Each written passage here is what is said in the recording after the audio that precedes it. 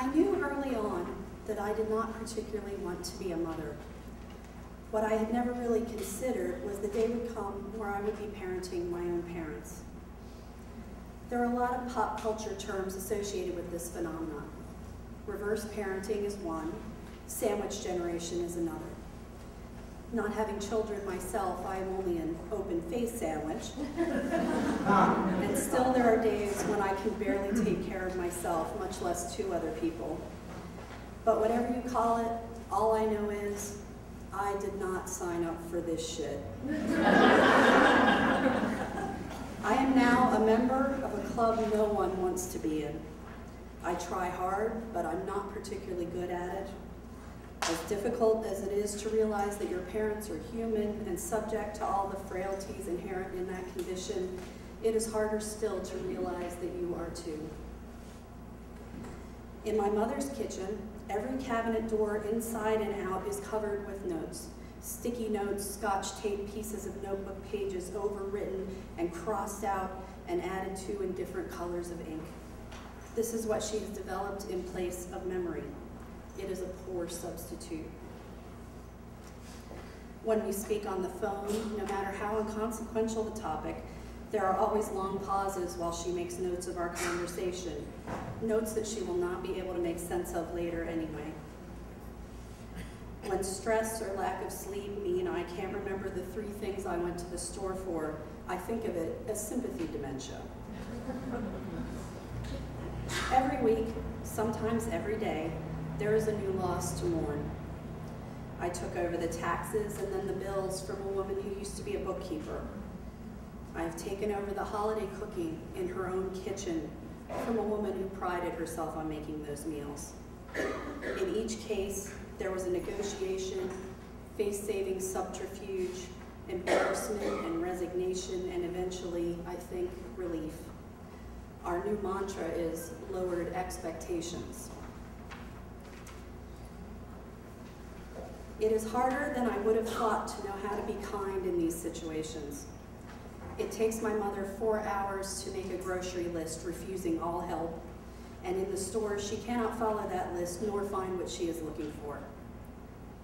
They moved everything around again, she says, and I agree that is frustrating, although nothing has been rearranged and she has shopped at this store for 40 years. Every 2 feet she capsizes in the aisle and stops to root through the cart because she can't remember what she has just placed there while the frozen stuff melts and the dairy goes bad. Sometimes I cannot stop myself from taking control of the list in the cart and hurrying her along even as I see how it upsets her. Patience has always been my Achilles heel.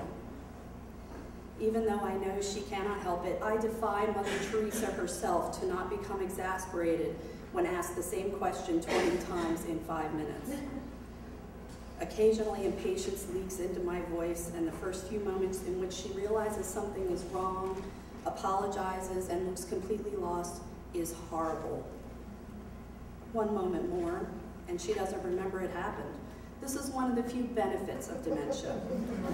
It's like a karmic do-over, better even than forgiveness, because it's like it never happened. The hard part is forgiving myself. Almost every topic in mothering seems to be a loaded one, especially when you are not a mother yourself. That said, I think there are similarities to being a parent versus caring for your elderly parents. I will never know if I am doing it right and torment myself constantly with this question.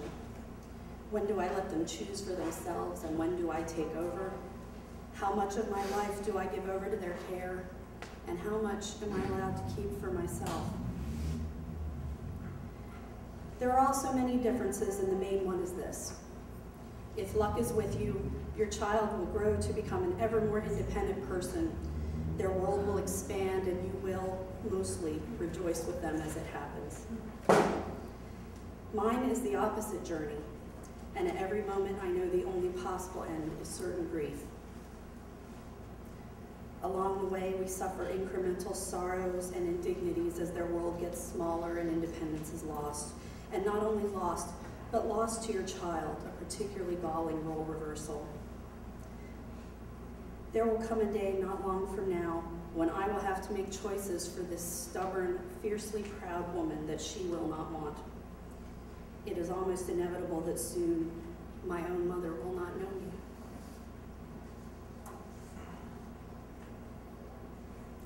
And yet, as we go through this process together, in some ways I'm coming to know her more fully than ever before.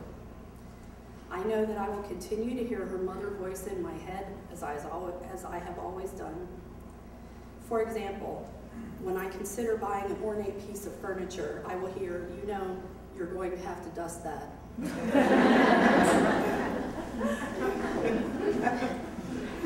I am also coming to know myself better. I sometimes think the universe has sent me this situation to teach me precisely what I need to learn. To be patient, to force me to be okay with less than perfect, to increase my capacity for compassion and empathy, to remind me of the peace that comes with letting go of the small hurts, to focus more on the process and the moment I am in, instead of treating life like one big to-do list to be checked off as quickly as possible, to be generous with my time, to recognize that no matter what scenarios I plan for, life will throw something completely unexpected at me anyway, and to have faith that somehow I will roll with it. To let go of mourning in advance, and to make the most of what we have while we still have it. There will always be time to mourn later.